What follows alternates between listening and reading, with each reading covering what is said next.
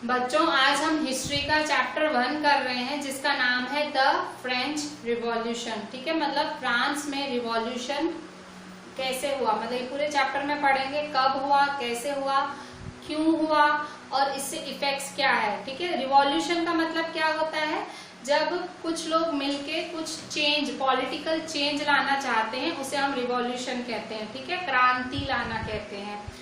तो France, the French revolution, France एक country है जो कि यूरोप के कॉन्टिनेंट में है। जैसे हम India is a country in Asia continent, वैसे ही फ्रांस एक कंट्री है जो कि है यूरोपियन कॉन्टिनेंट में है। ठीक है, तो हम पूरा आज फ्रेंच रिवॉल्यूशन पढ़ेंगे।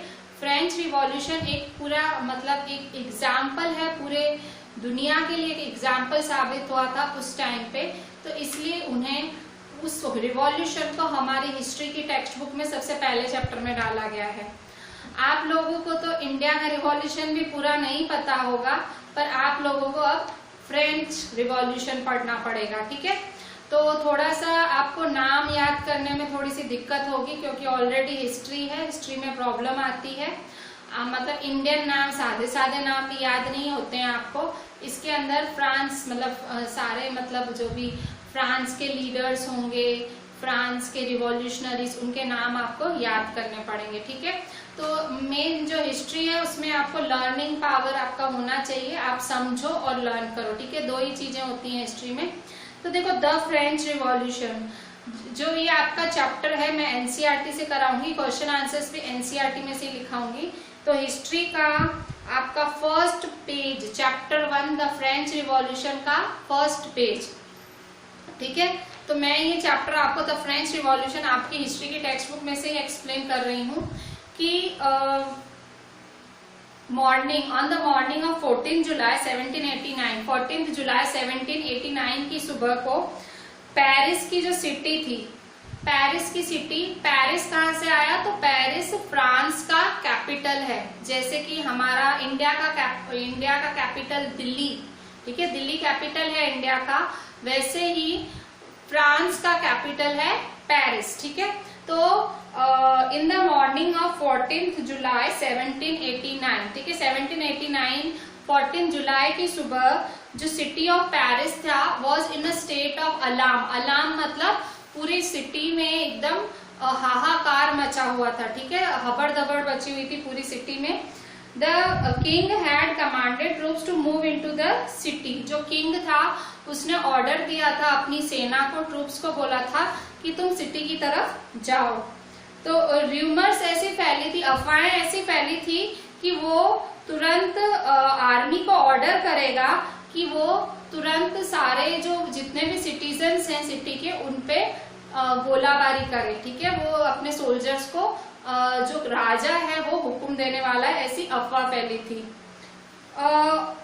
कुछ 7000 आदमी और औरतें टाउन हॉल के बाहर इकट्ठे हुए और उन्होंने सोचा कि हम मिलके एक लोगों की सेना बनाएं। ठीक है, टाउन हॉल मतलब एक जगह का नाम है वहीं पे, तो वहां सारे इकट्ठे हुए, कुछ औरत और आदमी, 7000 लोग, और उन्होंने अपने आम आदमियों की सेना बनाई, मिलिटिया।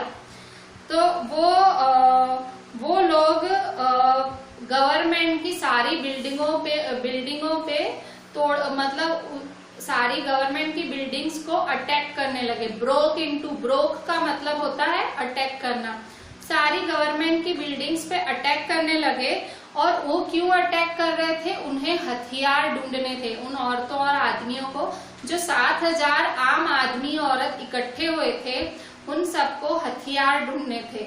क्यों, क्योंकि अफवाह ऐसी फैली थी कि उनके राजा ने हुक्म दिया है कि जो भी आम आदमी दिखे उस पे गोली चला दो। ठीक है, ऐसी अफवाह फैली थी कि राजा ने इस तरह का ऑर्डर पास किया है। फाइनली कुछ 100 लोगों का group eastern part of the city के ईस्टर्न पार्ट पे आया और उन्होंने वहां पे ईस्टर्न पार्ट ऑफ सिटी में बेस्टिल करके प्रिजन था, बेस्टाइल करके प्रिजन था। उस प्रिजन में कैदियों को रखा जाता था। तो कुछ 100 लोग उस प्रिजन की तरफ गए और उन्होंने बेस्टाइल प्रिजन की तरफ गए और उन्होंने वो प्रिजन तोड़ना चालू कर दिया। उसके बाहर जो कमांडर खड़ा था उसको भी मार दिया और वो प्रिजन तोड़ना चालू किया। क्यों वो प्रिजन को तोड़ना चाह रहे थे? उस प्रिजन के अंदर उस टाइम खाली 7 लोग ही कैद थे, पर बेस्टाइल जो प्रिजन है, बेस्टाइल जो जेल था, माना जाता था वो राजा का पावर दिखाती है। ठीक है भाई, वो मतलब जेल एक राजा का पावर दिखाती थी। तो उन लोगों को इतना ज्यादा गुस्सा था राजा पे कि वो लोगों ने वो जेल तोड़ के उसके कैदियों को भी रिलीज कर दिया और जेल के बाहर जो कमांडर खड़ा था वो उन्होंने उसे मार गिराया।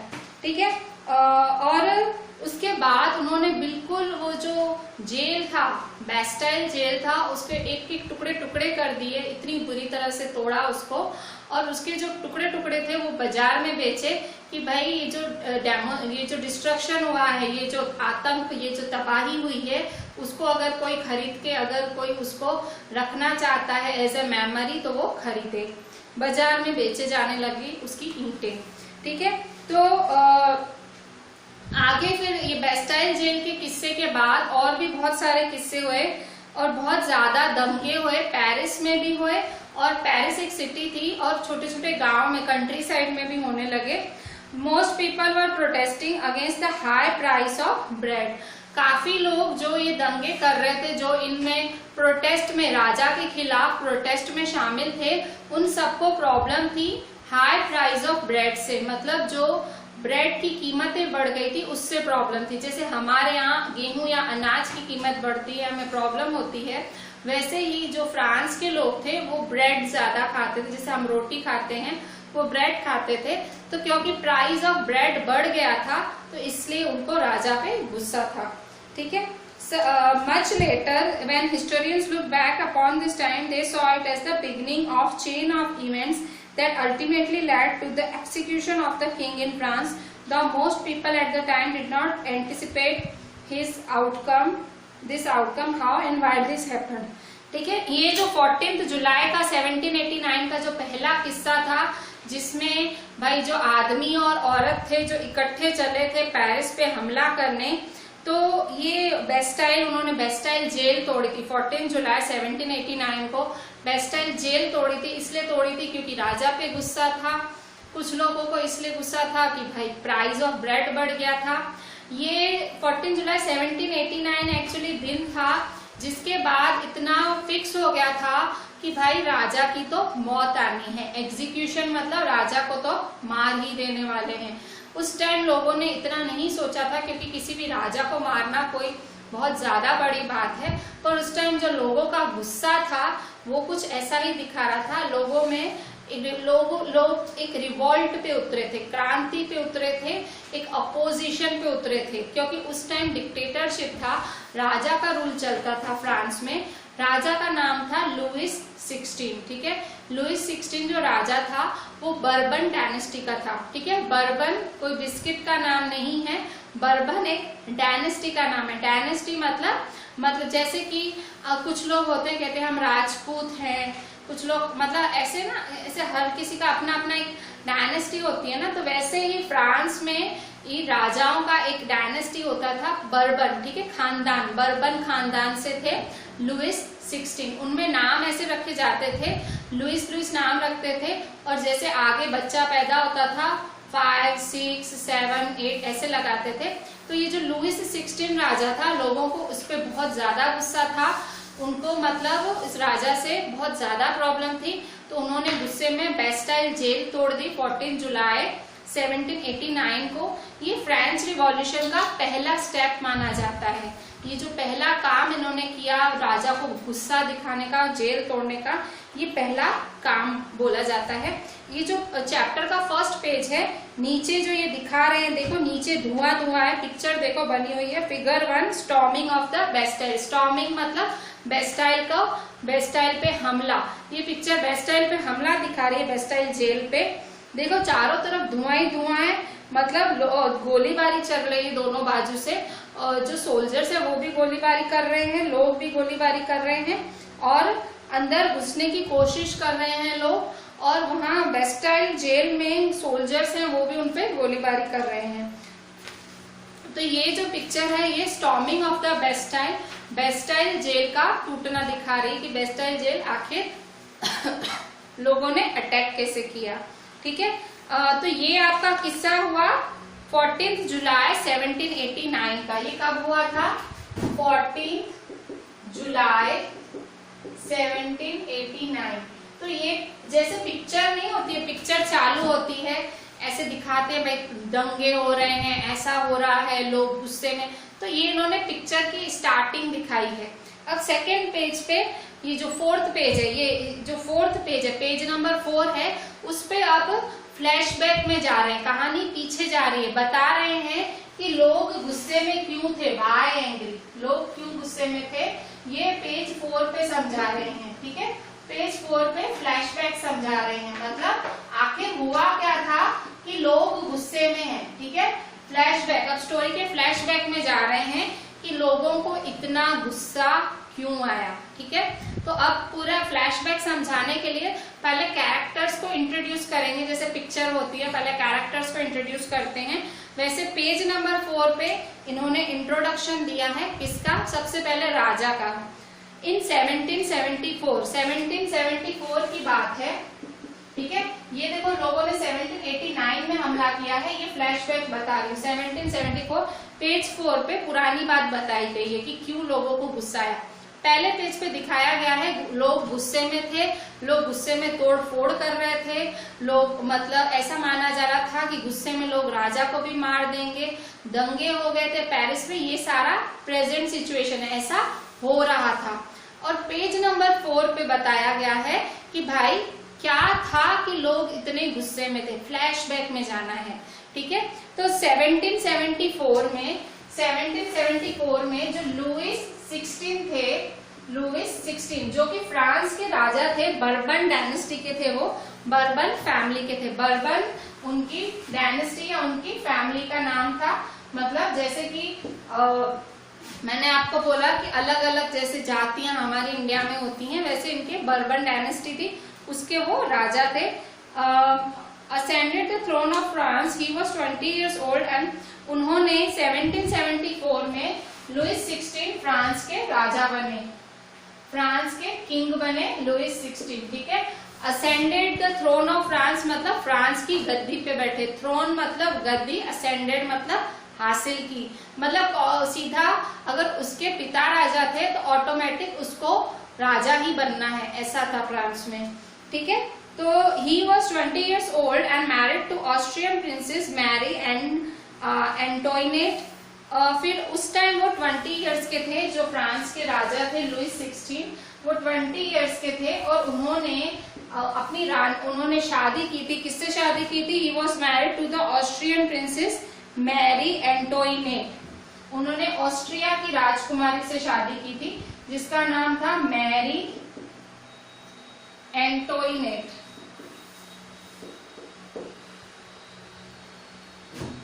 ठीक है, तो upon his accession the new king found an empty treasury.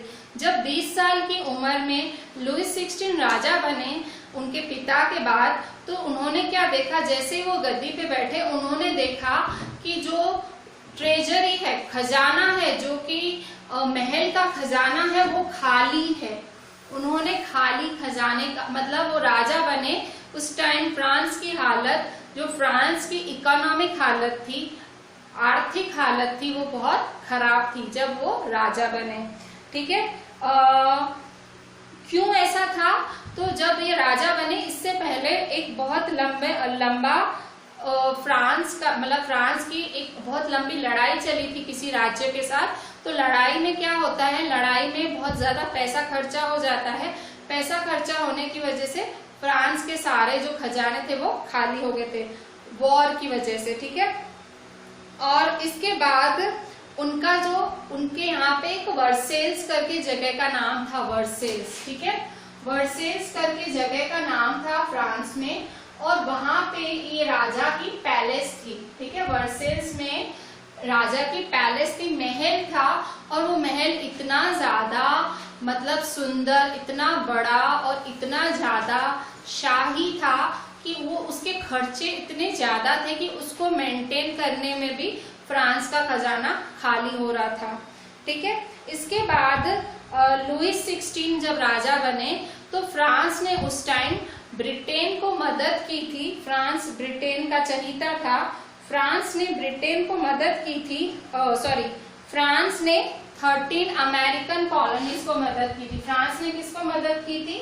13 American colonies को मदद की थी फ्रांस ने।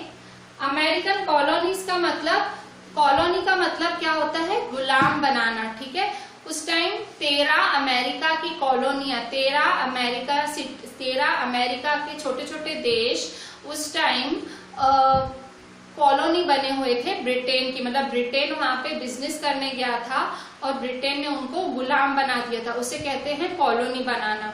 जैसे कि हमारे इंडिया में उस टाइम ब्रिटिशर्स आए थे तो उन्होंने कॉलोनी बनाई थी। ठीक है, ईस्ट इंडिया कंपनी बनाई थी, उन्होंने कॉलोनी बनाना का मतलब कि बिजनेस करने आते हैं और फिर आपको अपना गुलाम बना देते हैं। ठीक है, आपके देश पे कब्जा कर लेते हैं।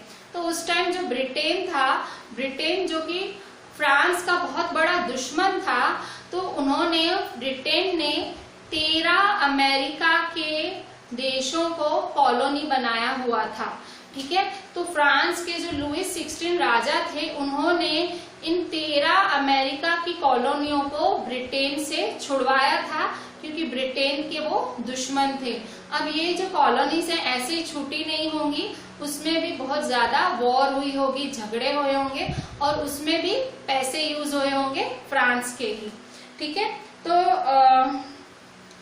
पहले से ही फ्रांस पे बहुत ज्यादा जो था कर्जा था, बहुत ज्यादा उनपे डेप्ट था, DEBT, डेप्ट मतलब पहले ही फ्रांस पे बहुत ज्यादा कर्जा था और इस कर्जे के ऊपर उनके ऊपर बहुत ज्यादा लिवर्स, LIVRES, लिवर्स जो है फ्रांस की करेंसी है। ठीक है, जैसे हमारी करेंसी रुपी है वैसे उस टाइम फ्रांस की करेंसी लिवर्स थी, तो उनपे और लिवर्स का कर्जा बढ़ गया क्योंकि ऑलरेडी फ्रांस में जो थी फाइनेंशियल प्रॉब्लम थी, इकोनॉमिक प्रॉब्लम थी, उसके ऊपर से उसने ये 13 अमेरिकन कॉलोनीज को भी छुड़वाया था ब्रिटेन से लड़के। तो इस तरह से जिन्होंने भी राजा को उधार दिया था, उधार देने वालों को लैंडर्स कहा जाता है। लैंडर्स मतलब जिन्होंने भी राजा को उधार दिया था, अब वो लोग उन पैसों पे 10% का ब्याज लगाने लगे, लोन पे 10% का इंटरेस्ट लगाने लगे। 10% इंटरेस्ट बहुत ज्यादा होता है, तो उस टाइम राजा की हालत खराब चल रही थी, तो जिन्होंने भी लैंडर्स ने जिन्होंने भी पैसे दिए थे, उधारी दी थी, वो लोग फ्रांस पे 10% का इंटरेस्ट लगाने लगे। तो French government was obliged to spend an increasing percentage of its budget on interest payment alone. अब फ्रांस के पास एक और प्रॉब्लम थी कि ये जो उनका जो खर्च, मतलब उनपे इंटरेस्ट ही इतना ज्यादा आ जाता था कि उनको ब्याज ही इतना ज्यादा देना पड़ता था क्योंकि उन्होंने इतना ज्यादा कर्जा लिया हुआ था और उसका हर महीने उन्हें ब्याज इंटरेस्ट भरना पड़ता था, तो उनके पैसे ऐसे भी खाली हो रहे थे फ्रांस के। ठीक है, तो अब फ्रांस जो देश होता है या कोई भी गवर्नमेंट होती है उसके अपने भी खर्चे होते हैं। फ्रेंच गवर्नमेंट के जो खर्चे थे जैसे कि cost of maintaining an army, अपनी आर्मी को रखना। दूसरा खर्चा था कोर्ट, मतलब जो उनका जो कोर्ट दरबार चलता था उसको, रनिंग गवर्नमेंट ऑफिसेस, उनके जो गवर्नमेंट सरकारी ऑफिसेस थी उनको चलाना, यूनिवर्सिटीज, गवर्नमेंट की यूनिवर्सिटीज भी चलती थी उनको चलाना। तो उनके पास और कोई चारा नहीं था टैक्स बढ़ाना। ठीक है, अगर सरकार के पास एक ही हथियार होता है, जब भी उनको खोट पड़ती है या जब भी वो कम होते हैं, पुराने समय से ऐसे ही चला आता है, वो टैक्स बढ़ा देते हैं। जो जनता होती है, जो लोग होते हैं, उनपे वो टैक्स बढ़ा देते हैं। तो उस टाइम में लुईस 16 की जब फ्रांस में जब लुईस 16 राजा था, उस टाइम भी जब फ्रांस की हालत बहुत ज्यादा खराब चल रही थी, तो उस टाइम भी जो फ्रांस की गवर्नमेंट थी उनके पास एक ही उनको ऑप्शन दिख रहा था कि हम लोगों पे टैक्स बढ़ा दें। इंक्रीज द टैक्सेस, हम टैक्सेस बढ़ाएं। Yet even this measure would not have sufficed. French society in the 18th century was divided into 3 estates and only members of the third estate paid taxes. अब देखो tax की बात आई है तो tax देता कौन था? अमेरिका, जो फ्रेंच की सोसाइटी है, फ्रांस की सोसाइटी में टैक्स देता कौन था? तो पहले समझ लो कि फ्रांस की सोसाइटी कितनों में बटी हुई थी। देखो फ्रांस की सोसाइटी कितनों में बटी हुई थी, तो देखो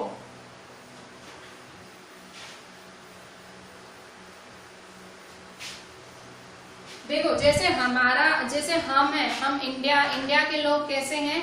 इंडिया के लोग भाई जैसे हम लोग हैं ब्राह्मण, क्षत्रिय, ठीक है, वैश्य, शूद्र, ऐसे हमारी जो सोसाइटी थी इस तरह से बटी हुई थी भाई, ब्राह्मण और क्षत्रिय, वैश्य, शूद्र।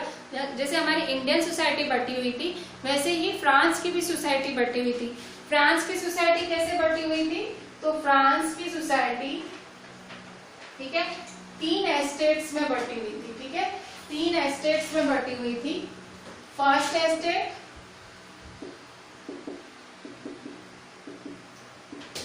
सेकेंड एस्टेट,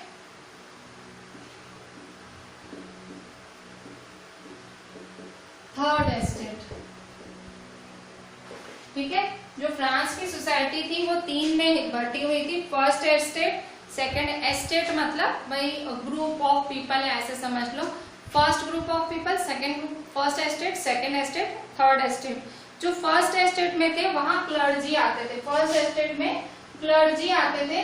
क्लर्जी का मतलब होता है कि क्लर्जी का मतलब प्रीस्ट, ठीक है, पादरी वगैरह होते हैं ना, वो साधु, पादरी, ठीक है। तो इनकी सोसाइटी में तो क्रिश्चियन सोसाइटी होगी तो प्रीस्ट, क्लर्जी का मतलब प्रीस्ट वगैरह होते थे, ठीक है, फादर और ये सारे। सेकेंड एस्टेट में सारे नोबिलिटी आते थे, ठीक है। नोबिलिटी मतलब कि राजा हुआ या राजा के महल में काम करने वाले हुए, भाई राजा का मंत्री, राजा का सेनापति, तो नोबिलिटी, ठीक है। इसके बाद थर्ड एस्टेट में कौन आते थे? थर्ड एस्टेट में अदर्स आते थे। कौन कौन आते थे? बिग बिजनेसमैन, बड़े बड़े बिजनेसमैन आते थे, ठीक है। फिर मर्चेंट्स, ठीक है, मर्चेंट्स का मतलब बिजनेस करने वाले लोग, वही छोटे बिजनेस करने वाले लोग। कोर्ट ऑफिशियल्स मतलब दरबारी, राजा के दरबारी, वो छोटे छोटे दरबारी होते, सिपाही वगैरह। लॉयर्स, ठीक है, लॉयर्स आते थे। फिर पीजेंट्स एंड आर्टिसंस, ठीक है, कड़िया काम करने वाले। पीजेंट्स मतलब फार्मर्स, ठीक है, पीजेंट्स आते थे, फार्मर्स आते थे थर्ड एस्टेट में, ठीक है। इसके बाद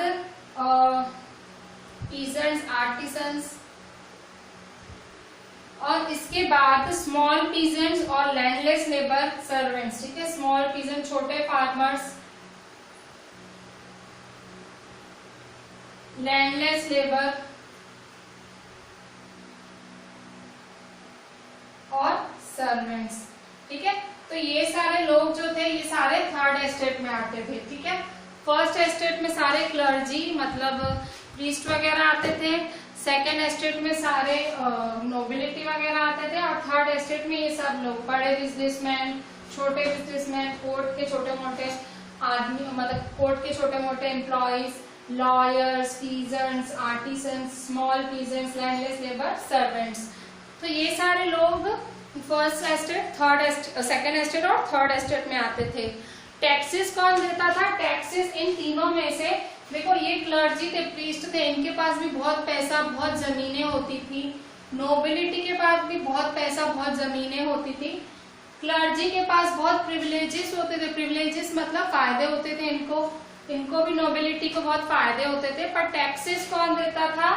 और टैक्स मतलब वो जो टैक्स देते हैं, टैक्स कौन देता था? सिर्फ थर्ड एस्टेट देता था। टैक्स खाली थर्ड एस्टेट ही देता था। टैक्स देने का काम खाली थर्ड एस्टेट का ही था, ठीक है। तो 1789 में मतलब इस तरह से ये उस टाइम फ्यूडल सिस्टम चलता था। फ्यूडल सिस्टम मतलब जो गरीब था उसकी ज्यादा हालत खराब थी। फिगर 2 शोज द हाउ, तो इस तरह से भाई ये 3 में डिवाइड थे। इसके बाद क्लर्जी को बहुत ज्यादा फायदे थे। पेज नंबर 4 पे सेकेंड लास्ट पैराग्राफ में जो figure 2 shows how system of estate in French society was organized. Peasants made up about 90% of the population. जो फ्रांस की टोटल पॉपुलेशन थी उसमें जो पीजेंट्स थे सबसे ज्यादा थे, 90% फार्मर्स थे फ्रांस में। Small number of them owned the land they cultivated. About 60% land was owned by nobles, the church and richer member of the third estate. मतलब जो छोटे छोटे फार्मर्स थे, पीजर्स थे, उनके पास जमीनें नहीं थी, बहुत कम के पास ही अपनी जमीनें होती थी। ज्यादातर जमीनें क्लर्जी, नोबिलिटी और ये थर्ड एस्टेट के कुछ अमीर लोगों के पास ही होती थी। ठीक है, पीजेंट्स मतलब सबसे ज्यादा, अगर फ्रांस की सोसाइटी में जो सबसे ज्यादा झेल रहे थे, सबसे ज्यादा परेशान थे, वो थे पीजेंट्स, क्योंकि वो सबसे गरीब थे और उनसे टैक्सेस भी लिए जाते थे। जमीनें भी खुद की नहीं थी, जो जमीनें थी वो नोबिलिटी और क्लर्जी की थी। ठीक है, और the members of the first two estate that is clergy and nobility enjoyed certain privileges by birth. ये जो नोबिलिटी और क्लर्जी थे उनको जन्म से ही, क्योंकि वो क्लर्जी और नोबिलिटी थे, वो पादरी के घर या उन्होंने एक राजा के घर जन्म लिया है, उनको जन्म से ही बहुत सारे प्रिविलेजेस मिलते थे, बहुत फायदे मिलते थे। ठीक है, तो the most important of this was exemption from paying taxes to the state.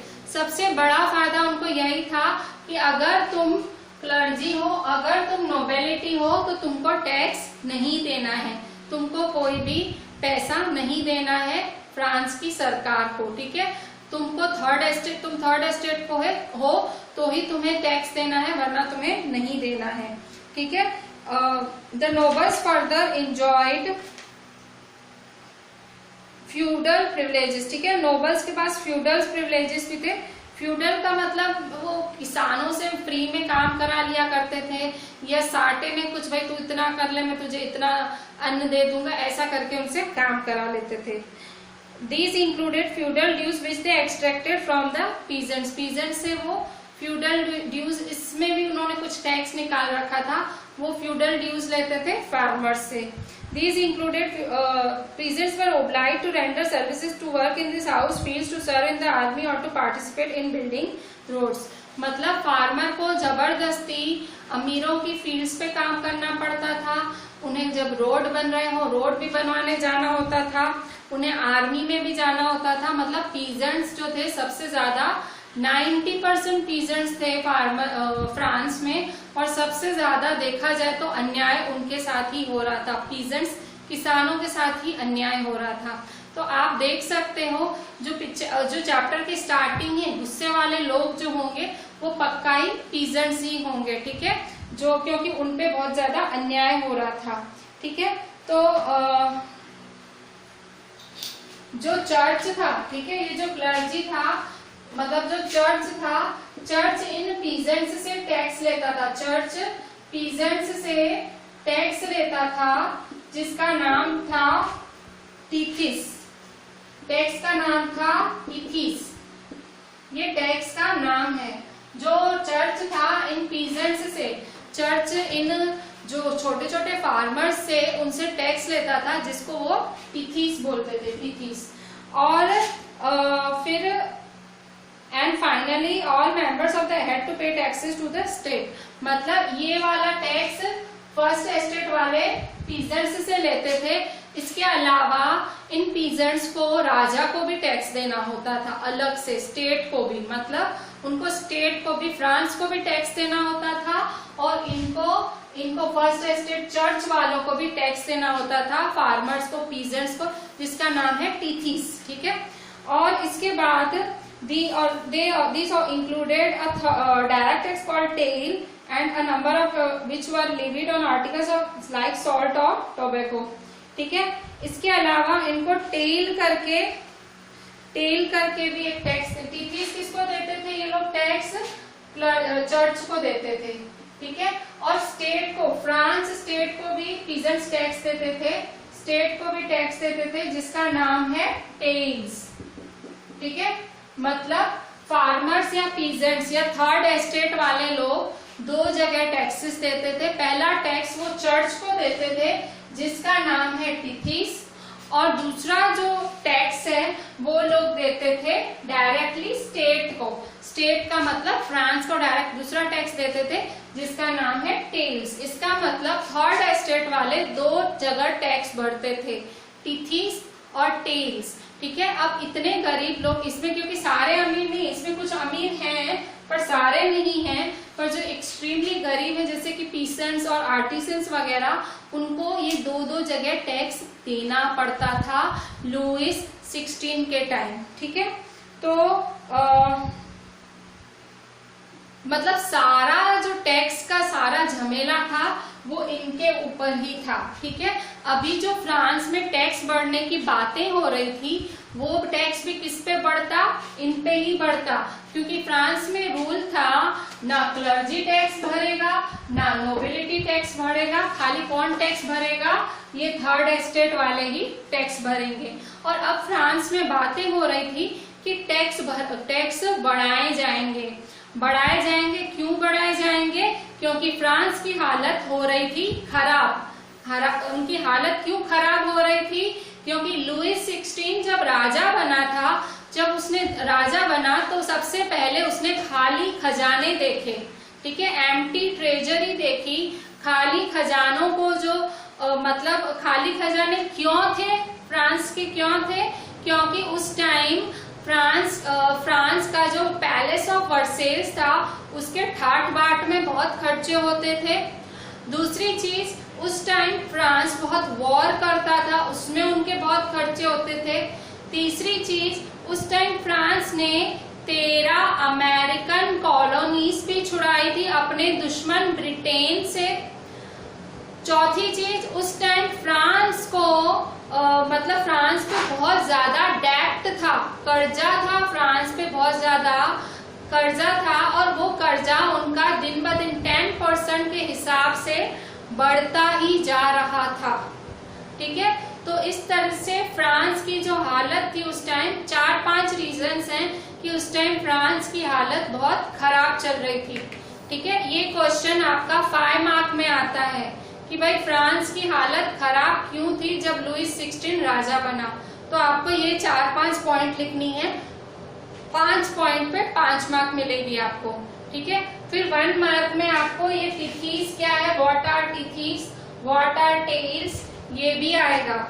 इसके अलावा फ्रांस के जो 3 एस्टेट्स थे उनको भी एक्सप्लेन करना आएगा आपको 3 मार्क्स में। ठीक है, तो आपके इन 2 पेजेस में ही 4 से 5 क्वेश्चन बने हैं। ठीक है, अब मैं आपको वो क्वेश्चन बोल रही हूँ और आपको टेक्स्ट में ही टिक करा रही हूँ। ठीक है, पहला क्वेश्चन लिखें। First question, define tithes. ठीक है, डिफाइन ये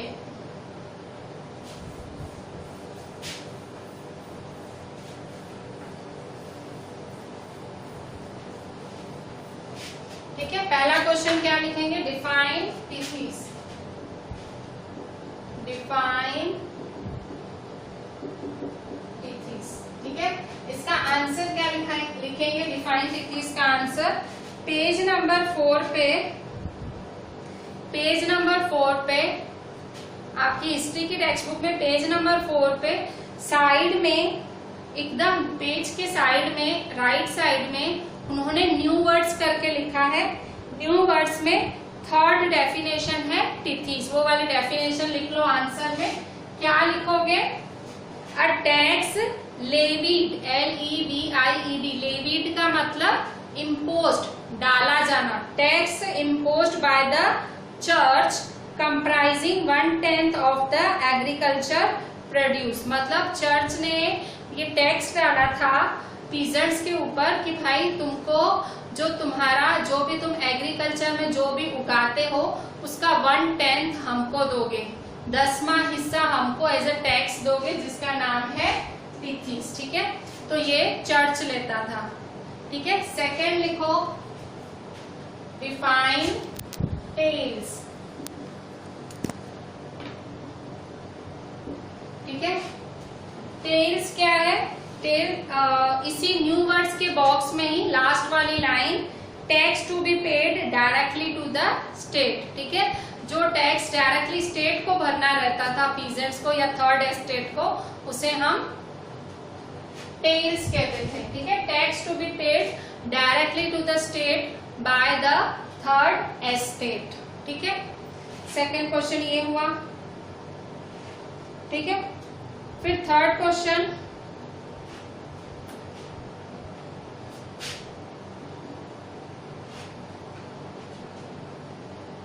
describe the division of estates in France।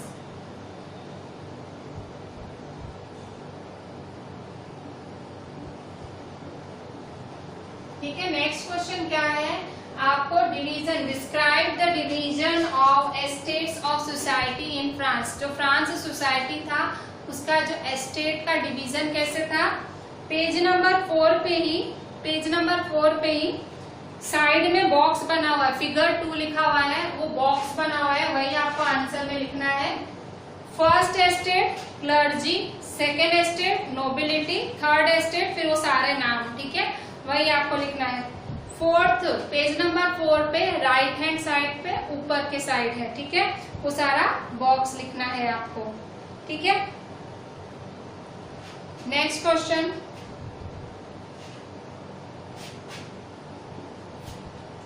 when did storming of Bastille happen, ठीक है। जो बेस्टाइल जेल टूटी थी वो कब हुआ था, तो बेस्टाइल जेल कब टूटी थी, ऑन 14 जुलाई 1789, ठीक है। 14 जुलाई, आंसर ऑन 14 जुलाई 1789, ठीक है। 14 जुलाई को ही क्यों जेल तोड़ी गई थी, बेस्टिल की जेल क्यों 14 जुलाई को ही तोड़ी गई थी, क्योंकि वो मेरी और आपके सर की एनिवर्सरी डेट है, ठीक है। इसीलिए जेल तोड़ी गई थी, ठीक है। जोक्स अपार्ट, मतलब हमारी एनिवर्सरी है 14 जुलाई को, पर हमारा फ्रांस से कुछ लेना देना नहीं है। फ्रांस में 14 जुलाई को जेल तोड़ी गई थी, बेस्टाइल जेल तोड़ी गई थी, और ईयर था 1789 था वो ईयर, ठीक है। अच्छा, नेक्स्ट क्वेश्चन लिखें, जो सबसे मोस्ट इम्पोर्टेंट क्वेश्चन 5 मार्क्स का आता है, ठीक है। आपके जो स्कूल एग्जाम्स हैं, फाइनल एग्जाम्स है, 5 मार्क्स का आता है, वो क्वेश्चन लिखें। 5th क्वेश्चन,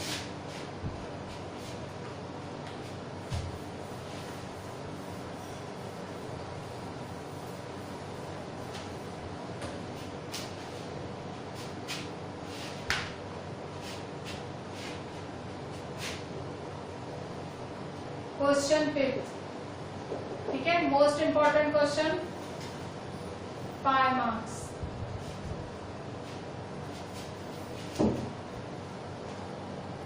तो जो 5 मार्क्स का इंपॉर्टेंट क्वेश्चन है वो है कि why did the France treasury emptied during the reign of Louis 16। Why did the France treasure emptied during the reign of Louis 16, ठीक है।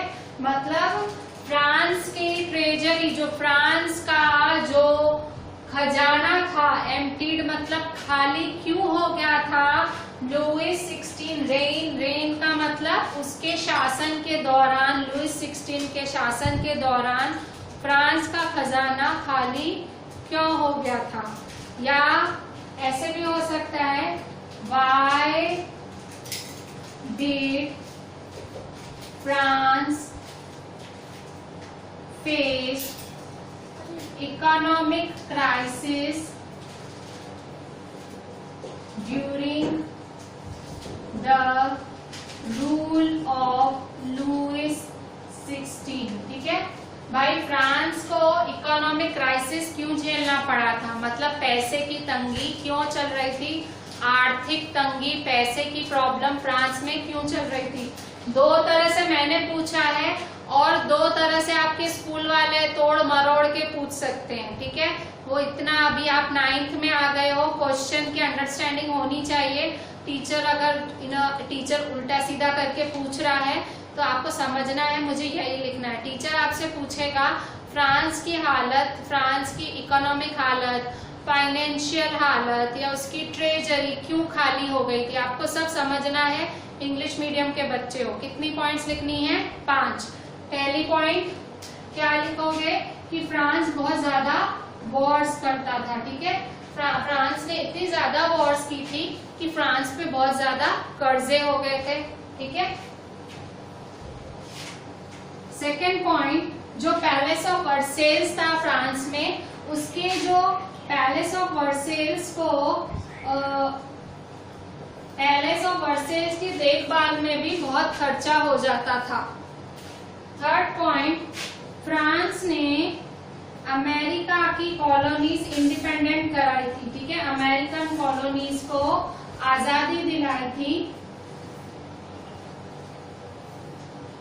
और इसको इंडिपेंडेंस दिलाने के चक्कर में फ्रांस पे ही पता नहीं कितने लिवर्स का कर्जा चढ़ चुका था। फोर्थ, फ्रांस में क्योंकि इतना सारा कर्जा चढ़ चुका था तो उस पे इंटरेस्ट भी लगता था। 10% इंटरेस्ट देता था फ्रांस, 10% इंटरेस्ट देना पड़ता था अपने कर्जे पे हर टाइम।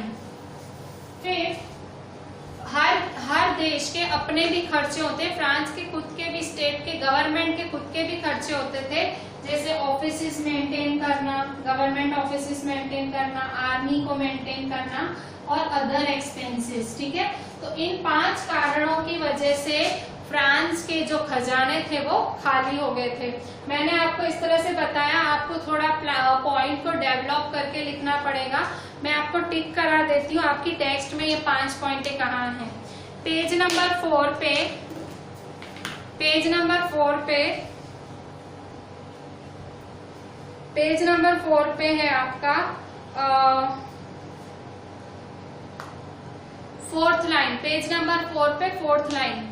4th लाइन में long years of war had drained the financial resources of France। पहली पॉइंट ये लिखोगे।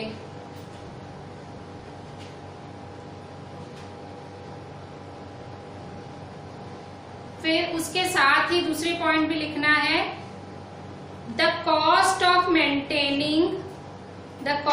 maintaining an extravagant court at the immense palace of Versailles was high।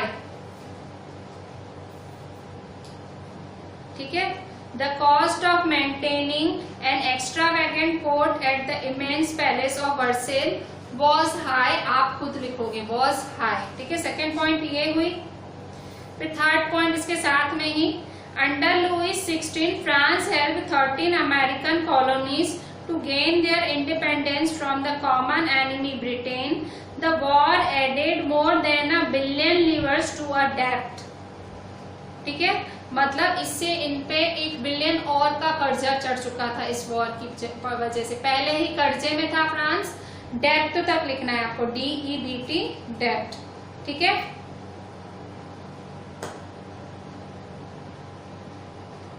फिर एक लाइन छोड़ के चौथी पॉइंट लिखो, एक लाइन छोड़ के, lenders who gave the state credit now began to charge 10% interest on loans। ठीक है, उनको 10% इंटरेस्ट भी देना पड़ रहा था। ठीक है,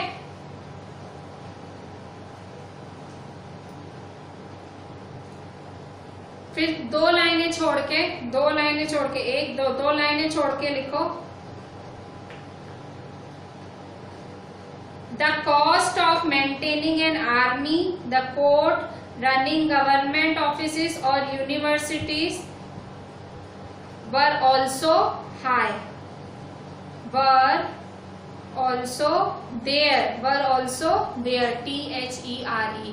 ठीक है, मैं फिर से बोलती हूँ 5 पॉइंट्स, अगर आपको मिली नहीं हो तो मेरे बोलने पर लिख लेना। ठीक है, पहली point, long years of war had drained the financial resources of France.